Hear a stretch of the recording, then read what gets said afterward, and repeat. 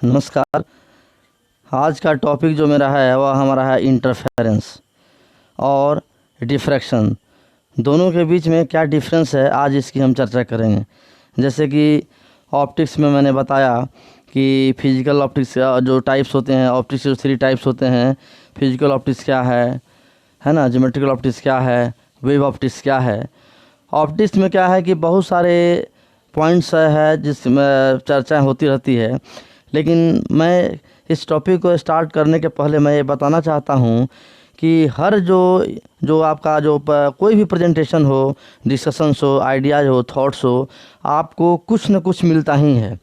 अगर आप किसी भी प्रेजेंटेशन को गौर से देखेंगे तो हर प्रेजेंटेशन में मेरे समझ से इन बिटवीन 20 to 30% आपके काम की चीज़ मिलेगी। ऐसे 100% काम की चीज़ है, लेकिन उसमें 25% जो है आपको ए बिट बेटर, आपको ऐसा फील होगा कि नहीं, इसमें से मुझे कुछ जानकारी मिली है।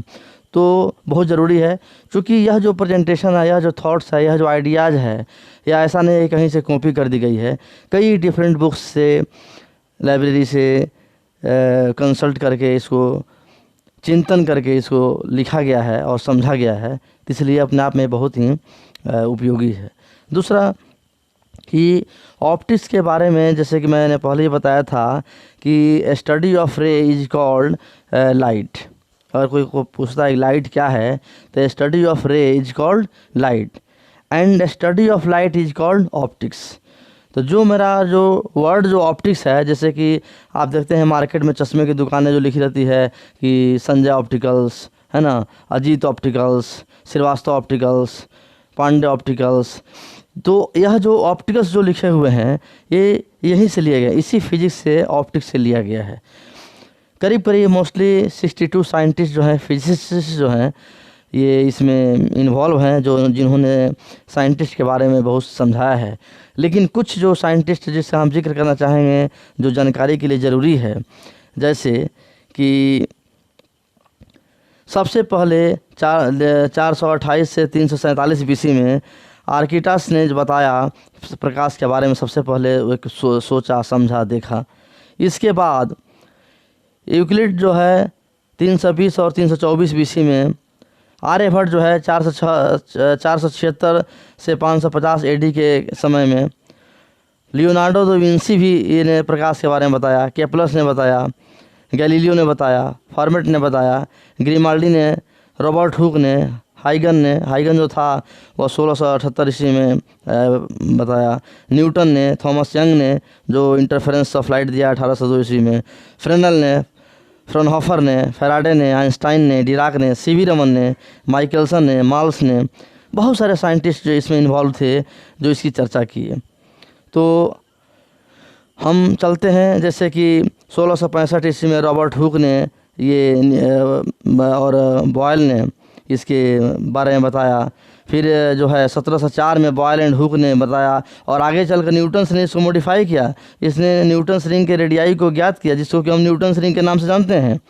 1802 ईस्वी में थॉमस यंग ने जो डबल स्लिट के माध्यम से इंटरफेरेंस पैटर्न को समझाया। इस तरह से कई सारे जो ये मैंने क्या बोलते हैं उसको, ये दृष्टांत हैं, एग्जाम्पल्स हैं, जो बहुत ही इम्पोर्टेंट है। अब हम चलते हैं कि यह हमारा जो टर्म है इंटरफेरेंस। देखिए, आपने देखा कि इसको मैंने लिखा है इंटरफेरेंस, INTERFERENCE। यह जो है 2 शब्द है, इंटरफेरेंस। अपने आप में ऐसा लग रहा है कि इंटरफेरेंस हो रहा है। अब सामान्य भाषा में हम कहें इंटरफेरेंस क्या है, मान लीजिए कि हम आपसे बात कर रहे हैं, बीच में कोई व्यक्ति आज चला आया, हम क्या बोलेंगे? इंटरफेरेंस हो गया। हम बात कर रहे हैं, 4-5 लोग बात कर रहे हैं, यहाँ से कोई व्यक्ति उठकर बाहर चला गया, क्या हो गया? इंटरफेरेंस हो गया। तो इंटरफेरेंस जब भी होगा तो अकेले नहीं होगा। हम अकेले कमरे में हैं, क्या कोई इंटरफेरेंस होगा? नहीं होगा। तो जब भी इंटरफेरेंस के लिए 2 या 2 से अधिक व्यक्ति का या यूएफ्स का होना ज़रूरी है।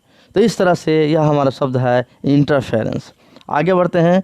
चूँकि इंटरफेरेंस जो है, when ever two or more waves having same wavelength, same frequency and nearer amplitudes and then superimpose each other, thus we see that at some places intensity is maximum, at some places intensity is minimum. Such phenomena is called interference. अब superposition जो है हमारा जो जितने भी waves हैं उसका algebraic सम जो है डिस्प्लेसमेंट का वह क्या होता है,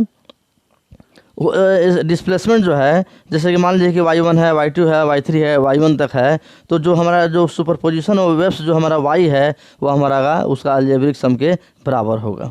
इस तरह से whenever two or more waves reaches at a point together, then the resultant displacement of waves are the vector sum of individual displacements. Interference, जैसा कि मैंने बताया कि whenever two or more waves superimpose each other, then due to superposition at some places intensity of light is maximum, whereas at some places intensity of light is minimum. Such type of phenomena is called interference. ये हमारा experiment है. जब इसमें क्या होते हैं, जैसे double slit का है, सिंगल स्लिट भी है और डबल स्लिट भी है.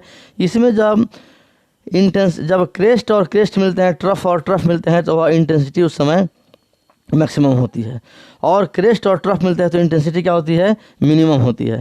तो इस तरह से इस फिनोमेना के वजह से जो हमारा जो पैटर्न है, इंटरफेरेंस पैटर्न है, alternate dark and bright fringes मिलते हैं जिनकी चौड़ाई आपस में बराबर होती है. और इंटरफेरेंस कितने तरह के होते हैं, 2 तरह के होते हैं, कंस्ट्रक्टिव और डिस्ट्रक्टिव. इसके लिए कंडीशंस है इंटरफेरेंस होने के लिए. जैसे कि मान लीजिए कि अगर सपोज कीजिए कि मैं एक एजुकेशन फील्ड का आदमी हूँ, तो मेरे जो फ्रेंड्स होंगे, मैक्सिमम मेजॉरिटी ऑफ जो मेरे फ्रेंड्स होंगे वह क्या होंगे, एजुकेशनिस्ट होंगे, जो एजुकेशन फील्ड से जुड़े होंगे. मान लीजिए कि कोई पुजारी है मान लीजिए, तो उसके फ्रेंड्स क्या होंगे, पुजारी होंगे. फ्रेंडशिप के कई सारे फैक्टर्स हैं, वह उस जाति का हो, उस धर्म का हो, उस क्षेत्र का हो, उस प्रोफेशन से हो. तो कहने का मतलब कि ऐसा एक इन्वायरमेंट है. उसी तरह से इंटरफेरेंस के लिए जो कंडीशंस है कि 2 या 2 से वेव जब सुपर इम्पोज होंगे तो उनके जो वेवलेंथ है, फ्रीक्वेंसी है और एम्पलीट्यूड्स हैं वह बराबर होना चाहिए. लेकिन आयाम जो है लगभग समान, क्योंकि आयाम कभी बराबर नहीं हो सकता है. सिर्फ बराबर क्या होगा, वेवलेंथ एंड फ्रीक्वेंसी. अब इसके बाद हमारा नया शब्द आता है डिफ्रैक्शन. डिफ्रैक्शन के बारे में यूँ कहें कि जब प्रकाश किसी नैरो स्लिट या ऑब्स्टेकल के तेज किनारों से होकर गुजरता है तो प्रकाश का सरल रेखा से विचलन हो जाता है और ऑब्स्टेकल का ज्योमेट्रिकल इमेज में प्रकाश पहुंच जाता है. ऑब्स्टेकल के किनारों पर प्रकाश के मुड़ने को डिफ्रैक्शन ऑफ लाइट कहते हैं. एक लाइन में हम कह सकते हैं कि bending of light is called diffraction. आप देखिए, जैसे मैं पढ़ा रहा था तो मैंने एक एग्जांपल दिया कि किसी सोर्स ऑफ लाइट्स को हम दे रहे हैं और बीच में हम कोई ऑब्स्टेकल दे देते हैं तो उसका ज्योमेट्रिकल शैडो बनता है. अगर उस लाइट में कोई ऑब्स्टेकल नहीं है तो उस पैटर्न को भी देखते हैं. तो the bending of light round the corners and the spreading in the region of geometrical shadow of an object is called diffraction. देखिए, एक बॉल का एग्जाम्पल है. व्यू कीजिए, सो इसमें सोर्स है, बॉल है और स्क्रीन है और शैडो दिखाई दे रहा है. इसके बाद जो डिफ्रैक्शन है वो 2 तरह के होते हैं, फ्रेनल और फ्रेनहोफर. फ्रेनल में जो हमारा जो है सोर्स और जो इमेज है उसके बीच की जो डिस्टेंस है वो फाइनाइट होता है. लेकिन फ्रेनहोफर में यह जो है फाइनाइट नहीं होता, यह इनफाइनाइट होता है. डायग्राम है पैरेलल. यहाँ पर जो देखिए डायग्राम में कि एक इंटरफेरेंस पैटर्न भी है और डिफ्रैक्शन पैटर्न भी है. इंटरफेरेंस पैटर्न में जो हमारा जो इंटेंसिटी है, जो उसका फ्रिंजेस के जो ब्राइट एंड डार्क फ्रिंजेस है वो देखिए एक समान है, लेकिन इंटेंसिटी सबकी बराबर है. लेकिन डिफ्रैक्शन में ऐसा नहीं है. एक सेंट्रल पॉइंट पर हमारा इंटेंसिटी क्या है, मैक्सिमम है, बाकी जगह मिनिमा है. सेम एग्जांपल है ये. इसके बाद अब हम समराइज कर रहे हैं कि what is the difference between diffraction and interference. तो interference fringes are the same width. Interference fringes की जो चौड़ाई जो होती है वह समान होती है, whereas diffraction fringes are not the same width.